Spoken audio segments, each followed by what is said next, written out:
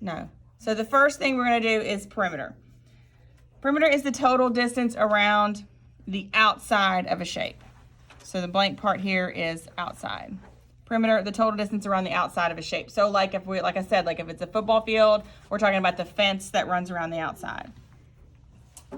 We can find the perimeter by adding up the length of each side.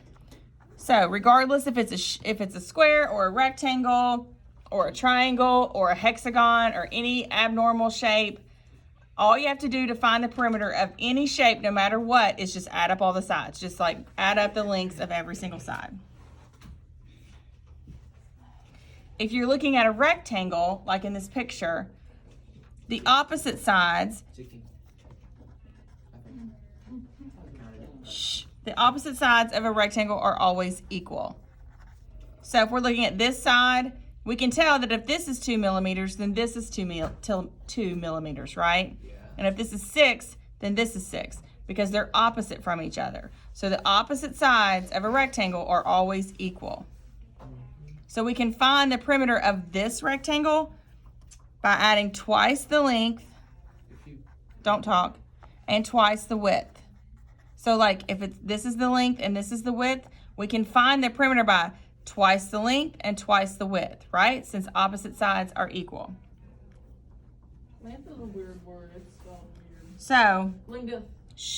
That's where this comes into play. You can have length plus width, which is what you were probably taught like in elementary school. Just add up all the sides.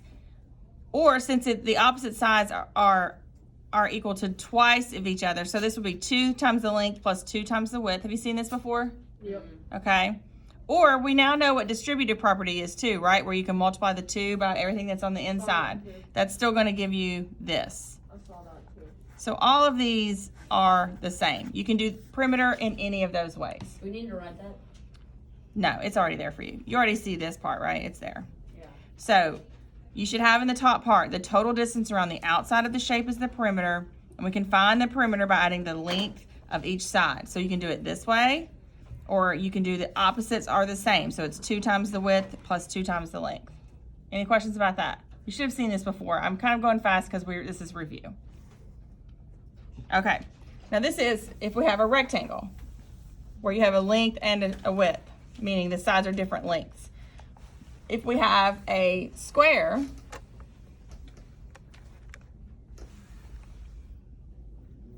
what's different about a square than a rectangle?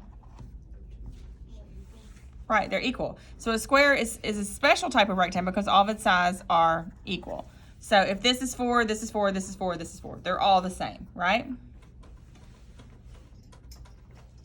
So even if you get a picture of a square and I only give you information for one side, we know that we can find the perimeter by finding 4 times the length of each side. So if it's side plus side plus side plus side, that's the same as 1, 2, 3, 4. Stop tapping. 4s, right? 4 times s. Where's the coefficient in this right here? S. 4. 4. The number with the variable is the coefficient. I want you to write everything I'm writing. This is where the algebra comes in. What we're used to doing is side plus side plus side plus side for area, but also you can do 4 times the sides. 4s. 4 being your coefficient. What's the word beside finding? It's the third one. 4. Foul. Yeah, my handwriting is trash sometimes. Power. Okay, any questions about perimeter and how we would find it? Do we get that if I gave you a crazy shape that has no rhyme or reason, you can still find perimeter just by adding up the sides? Yeah. You can find the perimeter of a stop sign. Of course, those are all equal. But any kind of sign that's abnormally shaped, if they don't have to be the same at all. As long as it's enclosed, you can just add up all the sides. Are we clear? And perimeter is build a fence around it, right? Not cover the inside. Questions? All right, we'll move on to area. That square isn't enclosed. How do you find the perimeter? It is enclosed. It's just a bad copy job, Jordan. You always have to point out the obvious. All right, area. But how would you find Okay. the perimeter if it wasn't? Well, you would have to figure out how much this was that was missing and subtract it from the total.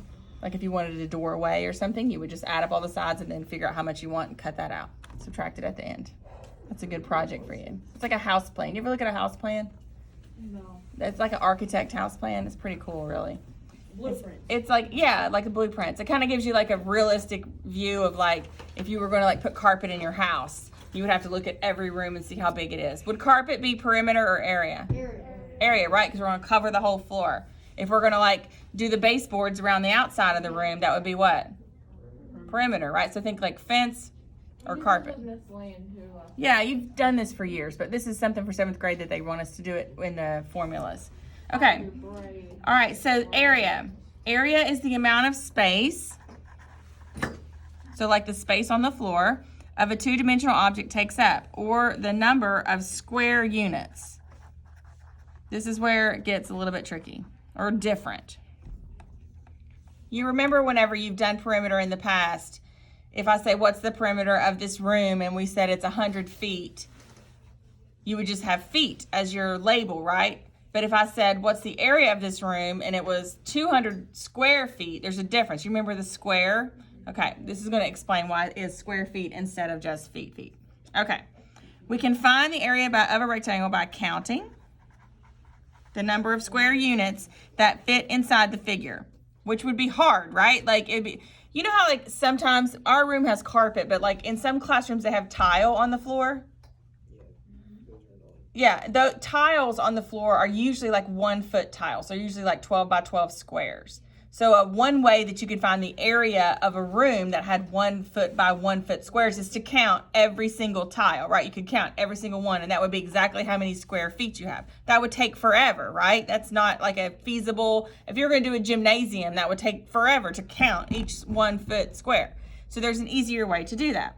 So you can multiply, you can multiply the number of units that like fit across the length of the floor, and then the number of units that fit across the width of the floor. The length of the floor. Jordan loves to point out how bad my handwriting is. No, It's I the mean way the way that it's links spelled, spelled. the length. Okay, so if we see these little squares right here, Yeah. if we put little squares all the way down and we counted every single one to fit in a perfect millimeters, we could do that. We could count like a piece of graph paper. You could count every single square. But if you're going to lay wood floor on the gym, you're not going to go into the gymnasium and count every foot. It would take forever. You're going to measure down the length. You're going to get a number. And you're going to measure down the width, and you're going to get a number. And what are we going to do? We're going to multiply it. Length times width. You've done this for years and years and years. That should be no surprise.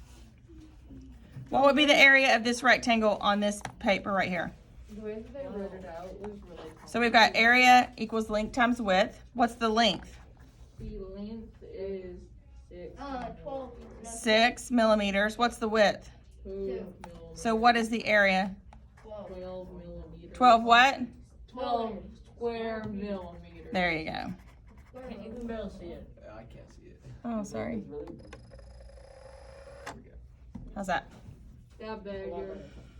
Okay, one more section. 12 square. Shh. Okay.